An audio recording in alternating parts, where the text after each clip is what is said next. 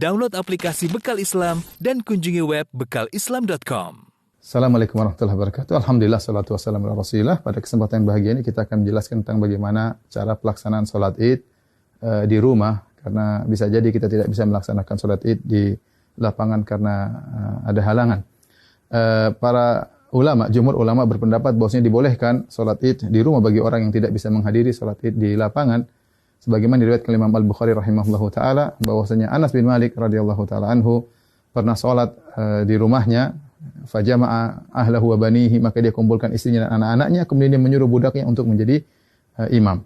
Ini dalil yang dijadikan dalil oleh para ulama bahwasanya boleh salat Id di rumah. Adapun bagaimana cara pelaksanaannya? Secara umum pelaksanaannya sama saja. Tidak ada bedanya kita salat Id di rumah dengan salat Id di lapangan. Bedanya kalau di rumah kita tidak melaksanakan khutbah, itu saja. Baik, saya ingatkan kembali bagaimana cara pelaksanaan salat Id. Sebelum salat Id, kita disunahkan untuk mandi, ya, yaitu mandi tersebut kita kerjakan setelah terbit fajar, agar kita mandi di hari Id. Ya, setelah itu kita disunahkan juga untuk makan korma dalam jumlah witir, ya, mau 3, mau 5, mau 7, karena itu sunnah Nabi SAW. Kenapa kita dianjurkan makan korma? Untuk menunjukkan bahwasanya hari tersebut adalah hari Al-Fitr. Al-Fitr secara bahasa artinya berbuka. Idul Fitri artinya hari berbuka, artinya kita sudah tidak puasa lagi. Maka kita tunjukkan bahwasanya kita berbuka. Sebagaimana kita berpuasa karena Allah, kita berbuka juga karena Allah, dan Nabi SAW segera menunjukkan berbukanya tersebut. Kalau tidak ada korma, maka sebagian ulama mengatakan boleh makan yang manis-manis. Kemudian setelah itu kita sholat Id. Adapun sholat Id, maka waktunya dimulai dari waktu syuruk, yaitu sekitar 15 menit setelah sunrise, setelah terbit matahari. Dan berakhir kata para ulama sebelum waktu zawal, yaitu sekitar 15 menit atau 10 menit sebelum azan zuhur. Di antara itu kita boleh melaksanakan sholat Id. Tapi yang terbaik kita sholat Id di awal waktu, di pagi hari. Adapun pelaksanaannya, maka kita bertakbir rakaat pertama 7 kali, rakaat kedua 5 kali takbir.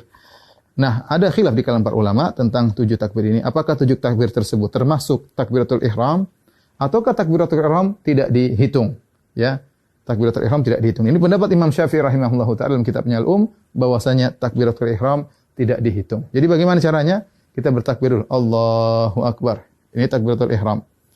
Kemudian kita baca doa istiftah. Setelah kita baca doa istiftah, baru kita bertakbir 7 yang disebut dengan takbirat zawaid, takbir tambahan. Kita takbir Allahu Akbar. Allahu Akbar. Nah, apakah di antara takbir ini ada doa khusus? Tidak ada dalil ya, dari Nabi SAW. Nabi pernah disebutkan membaca sesuatu di antara takbir-takbir tersebut. Oleh karenanya, pendapat mazhab Maliki tidak ada bacaan. Namun sebagian ulama berpendapat boleh membaca sesuatu seperti mazhab Syafi'i. Kita boleh bertakbir, boleh bertahmid, boleh bertahlil di antara takbir-takbir tersebut. Kita ulangi, kita Allahu Akbar, takbiratul ihram, kemudian kita baca doa istiftah, kemudian kita takbir 7 kali. Allahu Akbar 1, Allahu Akbar 2, ya, Allahu Akbar 3. Antara takbir satu dengan yang lainnya kita ada jeda sedikit, apalagi kalau kita jadi imam, agar makmum di belakang bisa mengikuti kita. Kita lanjutkan Allahu Akbar 4, Allahu Akbar 5, Allahu Akbar 6, Allahu Akbar 7. Setelah itu kita ta'awudz, kemudian kita baca Al-Fatihah. Setelah baca Al-Fatihah, kemudian kita baca surat. Nah, surat ini kita bisa baca, disunahkan baca surat Sabbihisma Rabbikal A'la, atau kita baca surat Qaf, ya. Salah satunya sunnah, seandainya seorang baca surat yang lain juga tidak jadi masalah. Setelah kita selesai baca surat, maka kita ruku, Allahu Akbar, ya, seperti biasa. Kemudian kita sholat, sampai kemudian kita pada rakaat, mau naik ke rakaat kedua, tatkala kita sujud, ya, kita sujud, kemudian kita mau bangkit ke rakaat kedua, maka kita bertakbir. Allahu Akbar. Ya. Nah, takbir dari sujud menuju ke rakaat kedua namanya takbir al-intiqal.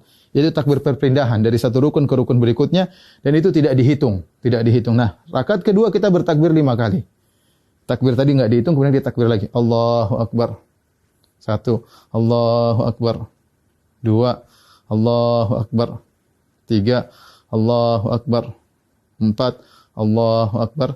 5. Kemudian kita baca Al-Fatihah dengan jahar. Kemudian setelah itu kita baca surat, disunahkan kita baca surat Al-Ghasyiyah atau kita baca surat Qaf. Surat Al-Qamar, kita baca surat Al-Ghasyiyah atau kita baca surat Al-Qamar. Kalau tidak kita baca surat yang lain tidak jadi masalah. Kemudian kita selesaikan salat kita. Nah, setelah salat apakah ada khutbah? Jawabannya Anas bin Malik ketika mengumpulkan anak dan istrinya beliau tidak berkhutbah. Oleh karenanya asalnya kita tidak berkhutbah. Namun sebagian ulama seperti Ibn Qasim dari mazhab Maliki mengatakan jika berkumpul banyak orang maka ada yang berkhutbah maka itu baik, tidak mengapa, tidak terlarang ya. Demikian tata cara singkat ini, semoga bermanfaat bagi kaum muslimin. Semoga Allah menerima ibadah kita. Wabillahi taufik. Assalamualaikum warahmatullahi wabarakatuh.